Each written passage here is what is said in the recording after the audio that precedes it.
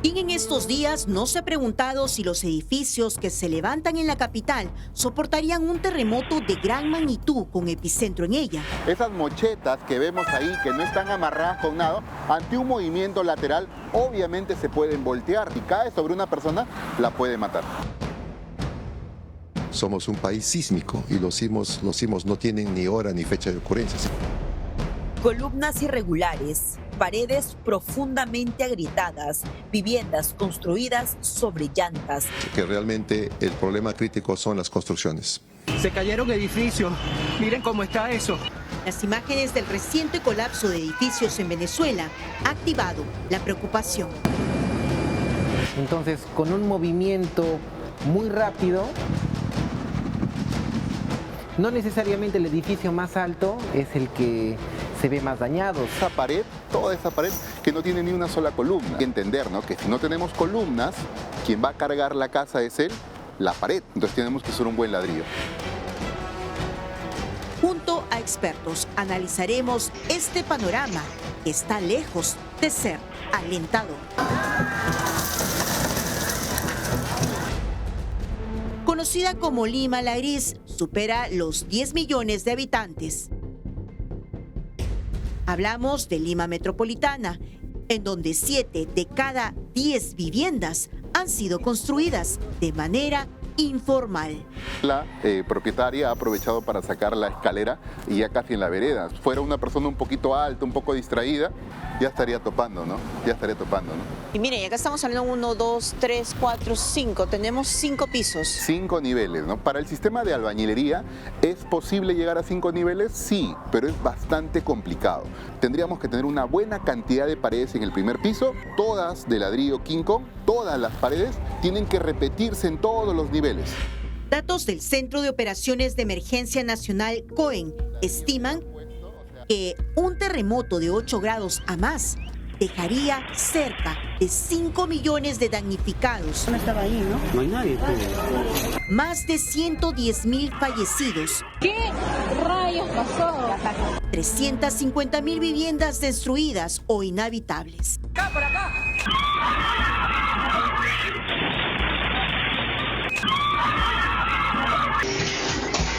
¡Oh, miren la pared! Cifras que espantan y hacen temblar la serenidad de todos.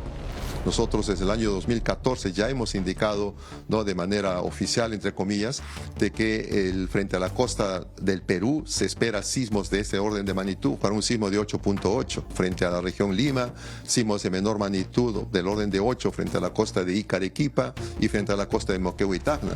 Cuando uno compra un departamento en edificios de altura considerable, una de las primeras cosas que pregunta es si resulta o no sismo resistente. Al ser sismo resistente significa que me va a aguantar y no se va a colapsar, ¿o sí? El diseño sismorresistente implica que la edificación antes y después del sismo se va a mantener en pie. Por ahí puede ser que existan algunas rajaduras, existiese alguna fisura en algún elemento estructural, estas deben de ser reparables, ¿no? ¿Para qué? Para que la estructura siempre permanezca en pie y así los ocupantes puedan tener el tiempo suficiente, ¿no?, de poder evacuar. Cuidado, bajemos, vamos abajo. Vamos abajo que puede ir una réplica. ¿Qué es lo que determina o hace que una estructura pueda ser sismo resistente? Bueno, primero que se respete los códigos, las normativas vigentes, que se construyan obviamente con materiales de muy buena calidad. Ese proyecto no se está cimentando en cualquier tipo de suelo, ¿no?, sino que hay un estudio, hay un conocimiento previo de esa naturaleza mecánica y física del suelo, ¿no?, que justamente van a hacer que tengan una mejor respuesta frente al sismo, ¿no? Puntos que se tienen en cuenta en una construcción formal, que se rige bajo un control normativo y con diseño de ingenieros, mientras que en el 70% de las construcciones informales que se registran en la capital están ausentes, convirtiéndose vulnerables ante sismos. En el caso de esta vivienda, por ejemplo, vemos que ya tiene casi unos 70, 80 centímetros de volado. La norma de arquitectura no nos permite que nosotros hagamos esa dimensión del volado o del alero, y más aún que sobre ese construyamos. Son 3, 4, 5 pisos.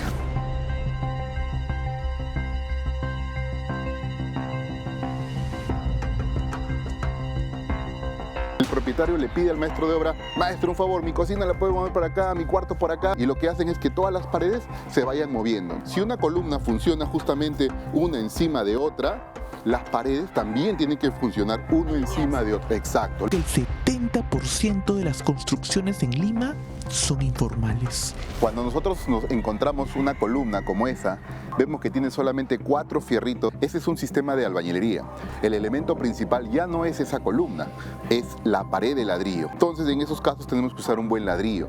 Pero como vemos ahí, a partir del tercer piso y en el cuarto piso, es de espanderete, es un ladrillo tubular, un ladrillo hueco. Entonces, ante un evento sísmico, ese ladrillo no va a soportar el movimiento sísmico y la casa podría fallar.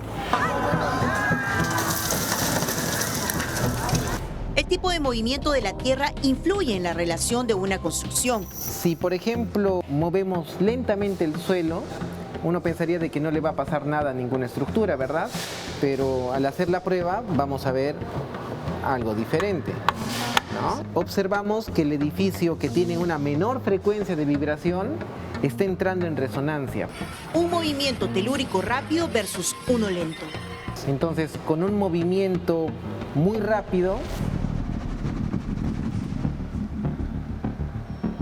no necesariamente el edificio más alto es el que se ve más dañado. Se ve más dañados de repente los edificios que más tienen pequeños, menos altura, mayor frecuencia de vibración o más pequeños.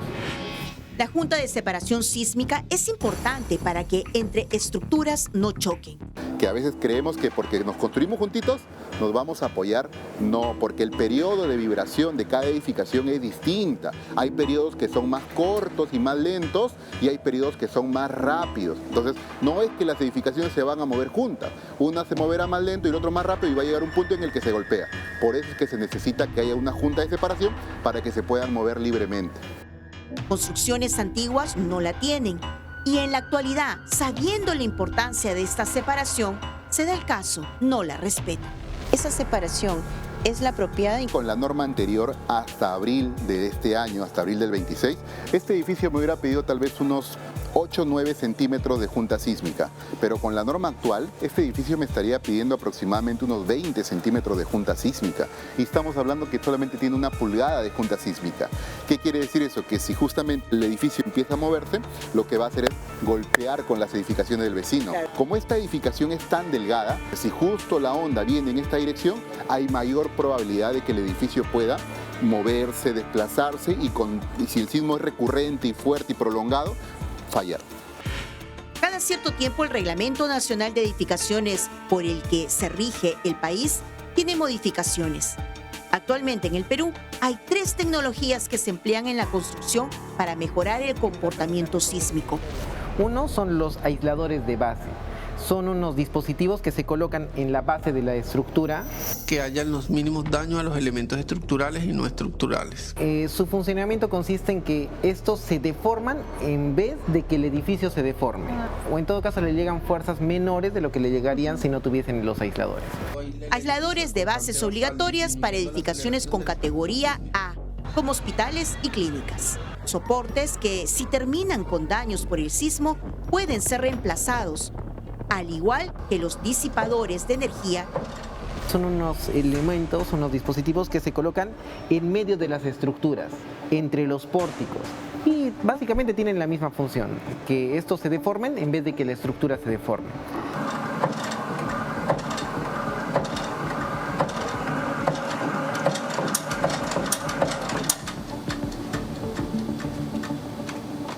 Ideal para edificios altos. El usarlo eleva el costo de la construcción, al igual que el amortiguador de masa. Pero según la norma que rige en el país, no es obligatorio usarlos.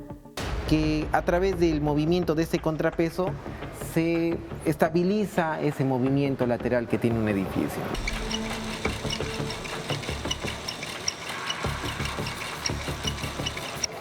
O sea, es más estable. Por supuesto.